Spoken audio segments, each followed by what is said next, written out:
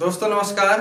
चार धाम यात्रा को लेकर लगातार आप लोगों के सामने नई वीडियो ला रहा हूं और आप लोग उन्हें पसंद भी कर रहे हैं। आप सभी लोगों का बहुत बहुत धन्यवाद। इन वीडियो में कमेंट्स के माध्यम से लगातार एक सवाल मुझसे पूछा जा रहा है कि जब कपाट अब इन मंदिरों के खुल चुके हैं तो क्या तीर्थ यात्री इन मंदिरों में प्रवेश कर सकते हैं, दर्शन कर सकते हैं, और अगर ऐसा अभी नहीं है तो फिर ये कब से शुरू हो पाएगा। इसके अलावा चार धामों को लेकर कुछ और भी सवाल आ रहे हैं। इस वीडियो में उन सभी सवालों के जवाब देने की कोशिश करूंगा। ये पूरा वीडियो सवाल और जवाबों के क्रम के रूप में बनाया गया है। मुझे पूरी उम्मीद है कि आप लोगों के मन में चार धाम यात्रा को लेकर जो भी सवाल होंगे इस वीडियो को देखने के बाद वे सभी दूर हो जाएंगे। तो आइए शुरू करते हैं। कई बार चार धाम के नाम को लेकर के भी लोगों के मन में कंफ्यूजन हो जाता है, क्योंकि दो ऐसे अलग अलग ग्रुप बने हुए हैं मंदिरों के जिन्हें कि चार धाम कहा जाता है। अगर हम राष्ट्रीय स्तर की बात करें तो उसमें उत्तराखंड का बद्रीनाथ का मंदिर, उड़ीसा का पुरी में जो स्थित है जगन्नाथ भगवान का मंदिर, तमिलनाडु का रामेश्वरम का मंदिर और गुजरात का द्वारिकाधीश मंदिर, ये सभी राष्ट्रीय स्तर के चार धाम हैं। और अगर हम बात करेंगे उत्तराखंड के चार धामों की तो उसमें गंगोत्री, यमुनोत्री, बद्रीनाथ और केदारनाथ। उत्तराखंड के जो चार धामों के मंदिर हैं उसमें गंगोत्री, यमुनोत्री, बद्रीनाथ और केदारनाथ, इन सभी जगहों में सर्दियों में बहुत ज़्यादा बर्फ पड़ती है। वो इतनी बर्फ पड़ती है कि वहाँ पर रहना संभव नहीं हो पाता। यही वजह है कि इन मंदिरों के कपाट सर्दियों में बंद कर दिए जाते हैं। एक बर्फ का उदाहरण आप वीडियो के माध्यम से देख सकते हैं। ये 2019 का वीडियो है और महीना है मई का महीना। मई के महीने में अगर आप इतनी बर्फ देख रहे हैं तो आप एक अंदाजा लगा सकते हैं कि दिसंबर, जनवरी, फरवरी जब बिल्कुल सर्दियां यहाँ पर होती होंगी तब उस समय कितनी ज़्यादा बर्फ पड़ती होगी और तापमान कितना ज़्यादा कम हो जाता होगा।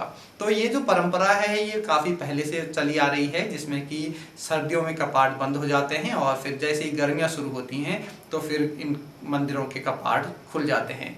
सामान्य रूप से जो ये मंदिर हैं ये अक्टूबर नवंबर में बंद होते हैं और फिर अप्रैल मई में खुलते हैं।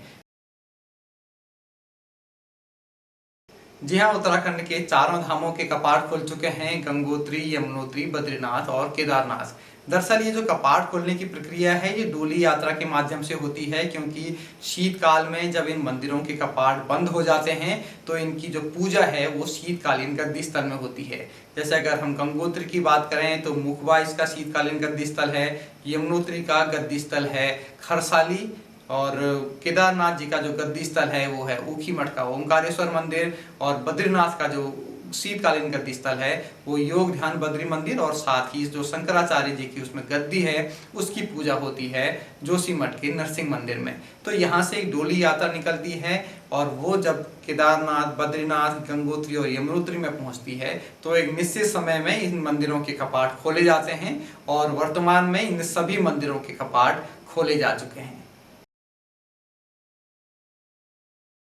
जी हाँ, चारों धामों में पूजा विधिवत रूप से शुरू हो चुकी है, क्योंकि जो पुजारी हैं, जो मंदिर समिति के लोग हैं या फिर जो प्रबंधन बोर्ड के कर्मचारी हैं वे सभी मंदिरों में उपस्थित हैं और वहाँ पर पूजा अर्चना लगातार चल रही है।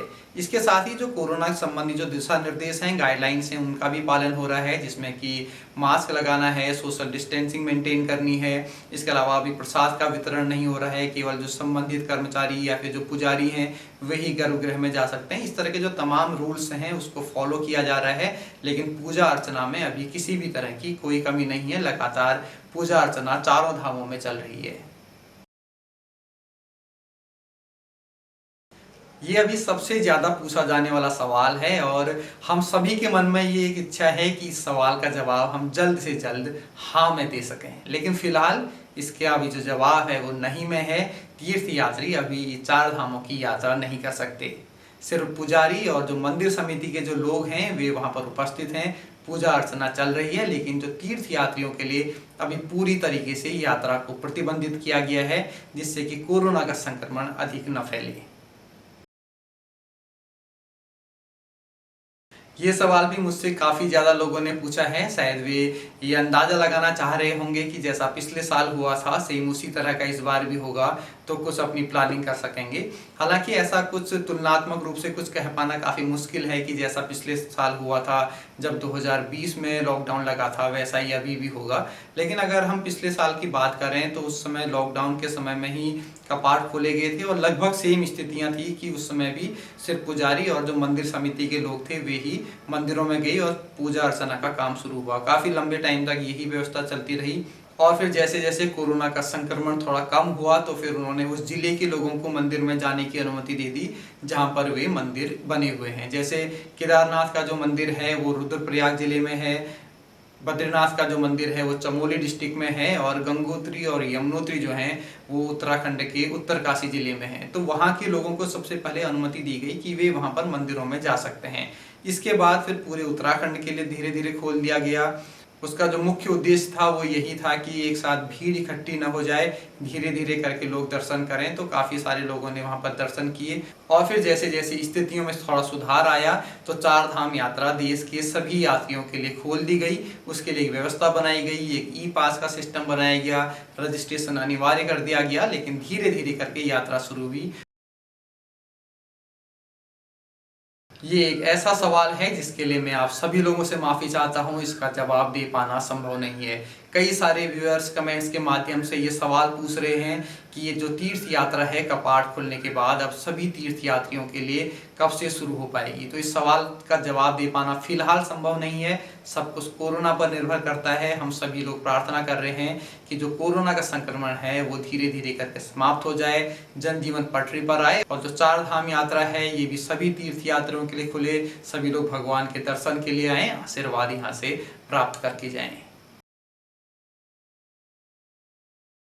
ये एक बहुत ही बेहतर सवाल मुझे लगा है और इसका जवाब देना भी बेहद ज़रूरी है कि हम आधिकारिक सूचना कहाँ से हासिल करें। क्योंकि कई बार हम लोग देखते हैं कि सोशल मीडिया में गलत जानकारियाँ भी आ जाती हैं, तो हमें एक भरोसे के साथ हमने काम करना पड़ेगा। मन्नू की मोटर की तरफ से भी मैं आप लोगों को आश्वस्त करना चाहता हूं कि इस चैनल के माध्यम से हम जो भी जानकारी देंगे एकदम पुष्ट जानकारी आपको देंगे, किसी भी तरह का कन्फ्यूजन आपको नहीं होने देंगे। इसके बावजूद एक वेबसाइट का जिक्र आपके सामने करना बहुत ही जरूरी समझता हूं। इसके लिए जो आधिकारिक वेबसाइट है उत्तराखंड चार धाम देवस्थानम प्रबंधन बोर्ड की, वो है www.badrinath-kedarnath.gov.in।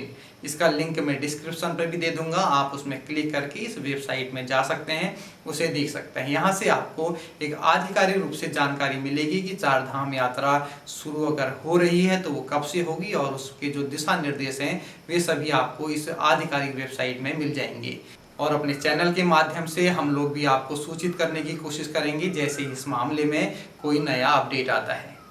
तो इस वीडियो में हमने आपके कुछ सवालों को लिया, उसके जवाब देने की कोशिश की। इसके बावजूद भी अगर आपके मन में किसी भी तरह का कोई सवाल है चार धाम यात्रा को लेकर तो आप कमेंट्स बॉक्स में पूछ सकते हैं। मुझे पूरी उम्मीद है कि आपको आज का ये वीडियो पसंद आया होगा। अपने साथियों के साथ शेयर जरूर कीजिएगा और अगर आपने अभी तक हमारे चैनल मन्नू की मोटर को सब्सक्राइब नहीं किया है तो बेल आइकन दबाने के साथ ही उसको सब्सक्राइब भी कर दीजिए। जल्द ही मिलते हैं किसी नई वीडियो के साथ, तब तक दीजिए इजाजत। नमस्कार। आप देख रहे हैं मन्नू की मोटर। चैनल को करें सब्सक्राइब।